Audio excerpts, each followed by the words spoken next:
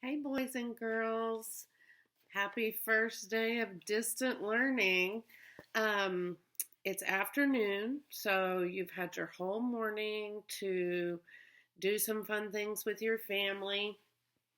Hopefully, you got some of the things we sent via email. But most importantly, what Miss Salem wants you to remember every day is be sure and read. Um, your virtues are very important. So, respect, kindness, self regulation, all those things we always practiced and talked about. Still important to practice those things. Almost more important than doing math and reading. So, make the most of your time, and I'll try to always send you fun things to do.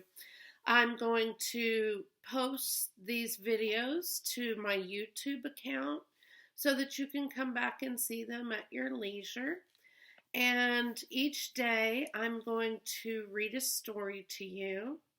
And I want our first book to be Grumpicorn. This is a gift from Shannon and her family from the book fair. I have several books from the book fair I'm going to read and post because we never got to go back to school and see them in person. So we'll start with Grumpicorn. Check this guy out. Sarah McIntyre is the author and the illustrator. Okay, the blurb. I know you like a good blurb. Unicorn wants to write the most fabulous story in the world, but he has no idea what to write. When his friends try to join in, will Unicorn turn into a Grumpicorn? Apparently so. That's the title of the book. Okay, Grumpicorn. Beautiful illustrations already.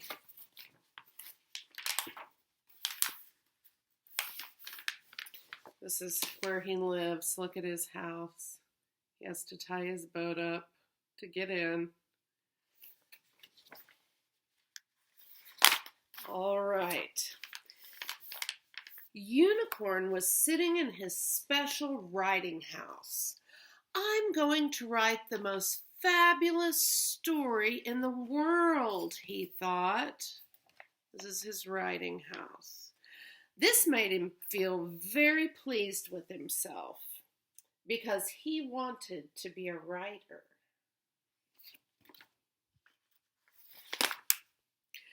But Unicorn didn't know where to begin his story.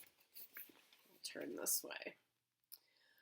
I need my special fluffy pen, he said. He went and got his special fluffy pen, but he still didn't know what to write. I need a cup of my special moonberry tea. Then I'll be able to write my story. He went and made himself a cup of his special moonberry tea. And Unicorn sat at his desk wondering what to write in his special fancy notebook. He sighed. Oh, I sure wish an idea would just come knocking at my door.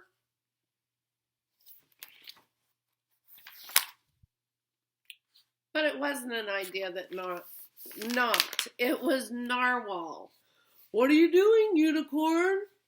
Oh, I am busy writing the most fabulous story in the world, said Unicorn.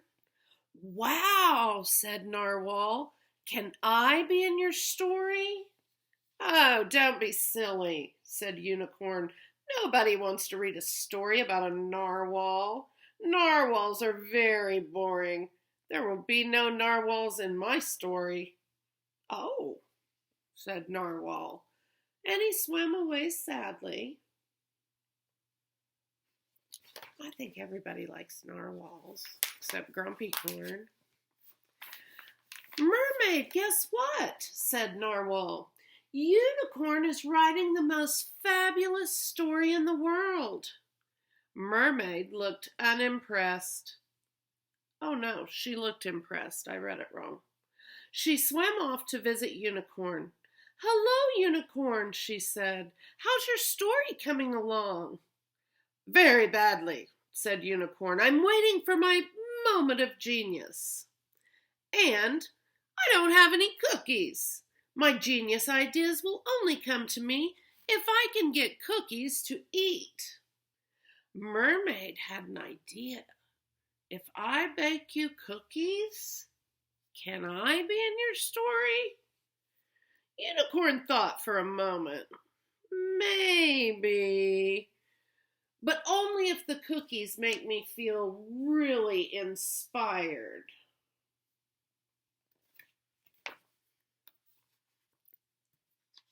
Oh, look, this is what she's thinking about in her story.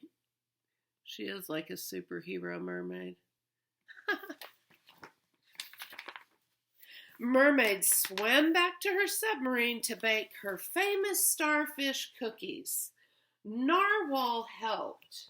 He loved licking the bowl. These pictures are so colorful. It's a great book, Shannon. Thanks. Mermaid brought the cookies to Unicorn. "Now can I be in your story?" she asked. Unicorn took a bite of cookie and looked very thoughtful. He ate the whole plate of cookies, and he kept looking thoughtful. "No," said Unicorn. "I'm afraid you can't be in my story. They were very good cookies, but they did not inspire me."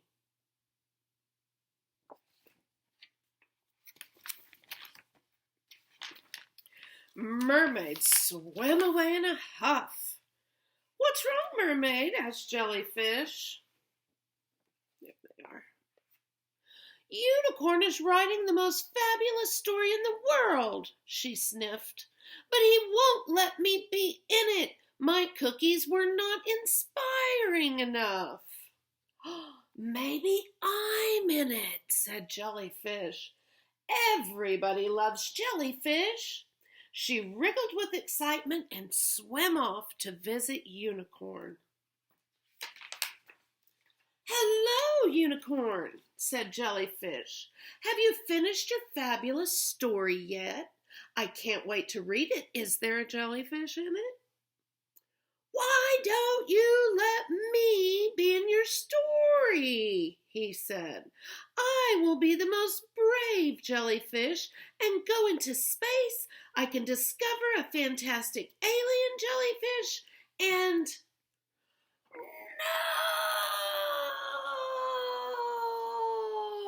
Look at him yelling. "I can't get any ideas because everybody keeps bothering me. You are all very silly and annoying, and I don't want to write this story anymore." "What a Grumpicorn," said Jellyfish. Unicorn threw his fluffy pen, his notebook, and his teacup into the sea. Kind of overreacting, don't you think? They sank down and drifted on the ocean currents until... "Look," said Mermaid. "It's the most fabulous story in the world. Yippee, let's read it."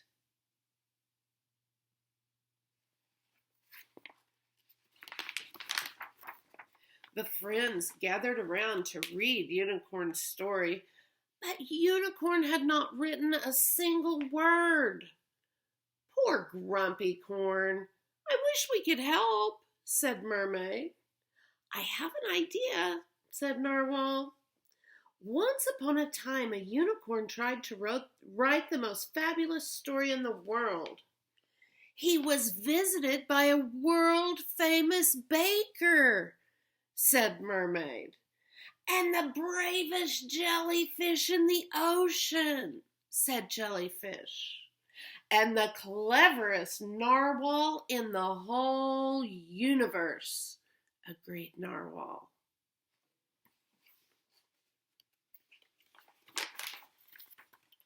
A few hours later, Unicorn arrived carrying a big flat box. "I tried to write a fabulous story," he said, "but I was not a very fabulous friend." He's figuring it out, isn't he? "But I am fabulous at ordering pizza. I brought this to say I'm sorry. That looks like very inspiring pizza," said Narwhal, "and you're just in time to help us finish the most amazing, clever, fabulous, and funny story in the world."